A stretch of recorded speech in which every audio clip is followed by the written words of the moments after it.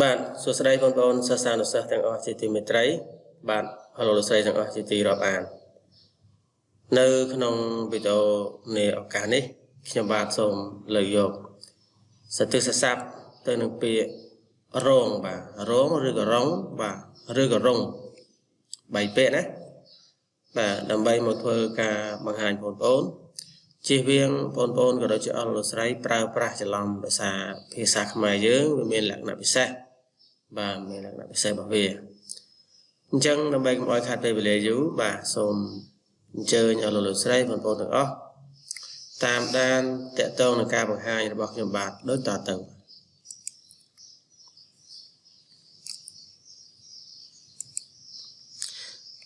បាទពាក្យទី1បាទគឺពាក្យរងបាទរងសរសេររងងបាទរងអ្នកពេជ្ជកិច្ចស័ព្ទមានន័យថាត្រពីក្រោមដាក់ត្រពីក្រោមបាទរងទីហោថាបាទយករនេលដាក់រងឈើហុបបាទយករនេលដាក់រងឈើហុបមិនដឹងថាបងប្អូនឬក៏អស់លោកស្រីស្គាល់រនេលទេរនេលហ្នឹងគឺគេកាប់ខ្លីៗបាទដូចជាបើសិនជាឈើហុបហ្នឹងមានទទឹង1ម៉ែត្រអញ្ចឹងរនេលហ្នឹងអាចថា1ម៉ែត្រជាងដើម្បីដាក់ឈើហូបពីលើហើយយើងរុញទៅរនេលហ្នឹងវាវិលបាទវាវិលធ្វើឲ្យឈើហូបហ្នឹងយើងរំកិលទៅមុខបានបាទយើងរំកិលដោយមិនចាំបាច់ប្រើកម្លាំងច្រើនទេបាទដោយសារយើងមានរនេលពីក្រោមអញ្ចឹងពាក្យថារងនេះណាពាក្យសេចក្ដីស័ព្ទមានន័យថាត្រពីក្រោមបាទដាក់ត្រពីក្រោមបាទនេះទី1បាទអត្ថន័យមួយទៀតរងដែរបាទថ្នាក់ពាក្យសេចក្ដីស័ព្ទមានន័យថាទទួលភារៈទទួលបន្ទុកឧទាហរណ៍ថារងក្តីជួសគេរងបន្ទុកបាទរងក្តីជួសគេរងបន្ទុកបាទនេះគឺជាពាក្យរងទី2បាទចំពោះអត្ថន័យទី3បាទនៃពាក្យរងដដែលហ្នឹងអត្ថន័យទី3ថ្នាក់ពាក្យសេចក្ដីស័ព្ទដែរដែលមានន័យថាទុះតបការពារបាទទុះតបការពារឧទាហរណ៍យកដំបងរងមុខដាវបាទមានន័យថាគេកាប់មកហើយយើងយកដំបងនោះមករងបាទដើម្បីការពារខ្លួនបាទឬក៏យកប្រដាប់ផ្សេងៗដើម្បីការពារខ្លួនបាទចឹងនេះគឺជាអត្ថន័យនៃពាក្យរងបាទទី1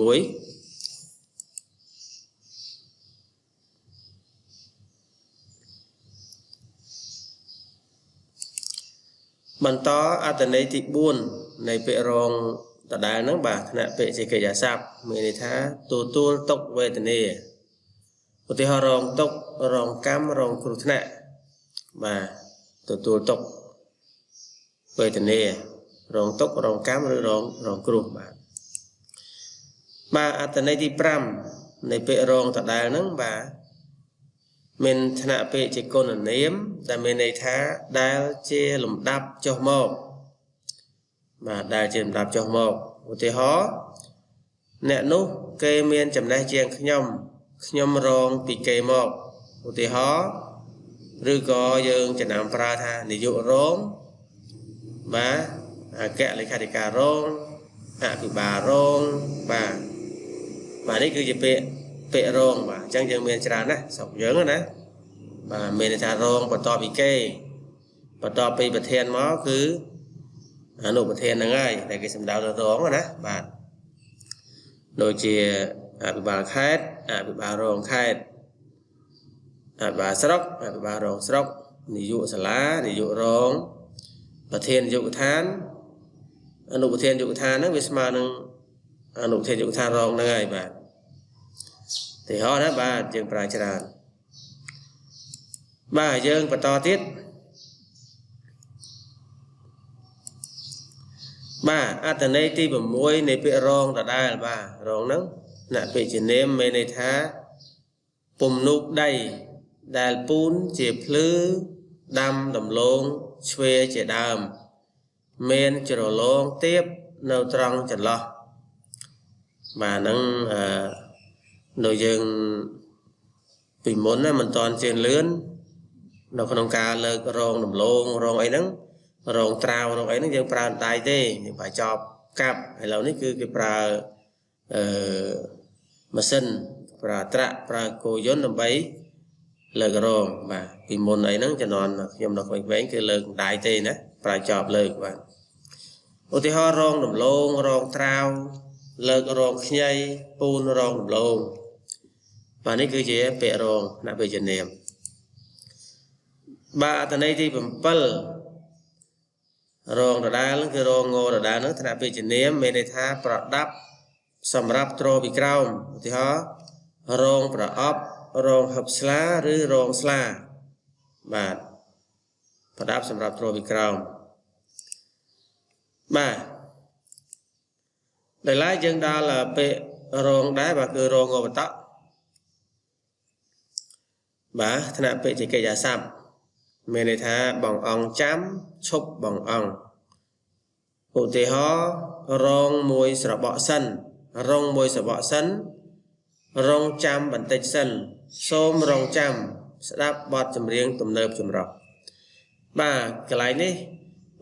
ពាក្យរងចាំពីមុនបងប្អូនប្រហែលជាច្រឡំដោយសារយើងឃើញរងចាំនេះសេតារងងហើយចស្អាំរងចាំតាមពិតរងចាំបាទរងចាំអញ្ចឹងយើងកុំច្រឡំណានេះពាក្យរងចាំនេះមិនមែនរងចាំទេគឺរងចាំមានន័យថាបងអង្គចាំឬក៏ឈប់ចាំបន្តិចជាដើមបាទអត្ថន័យចុងក្រោយបាទគឺរងងរស្អូងងនេះថ្នាក់ពាក្យជាគុណនាមមានន័យថាធំដែលចម្រើនឧទាហរណ៍ភាពរងភពឆ្មាភពធំភពតូចមានរងមានឆ្មាមានធំមានតូចបាទអញ្ចឹងអានេះកន្លែងភាពរងភពឆ្មានេះមានថាភាពភពធំភពតូចអានេះមានរងមានឆ្មានេះមានន័យថាមានធំមានតូចបាទអញ្ចឹងពាក្យរងនេះច្រើនដូចជារងរឿងអីហ្នឹងគេសេរងហ្នឹងបាទរងរឿងរងរោចបាទអញ្ចឹងការបង្ហាញរបស់ខ្ញុំនៅពេលនេះបាទសូមចប់តែប៉ុណ្ណេះយើងនឹងជួបគ្នានៅវីដេអូក្រោយទៀតបាទសូមអរគុណ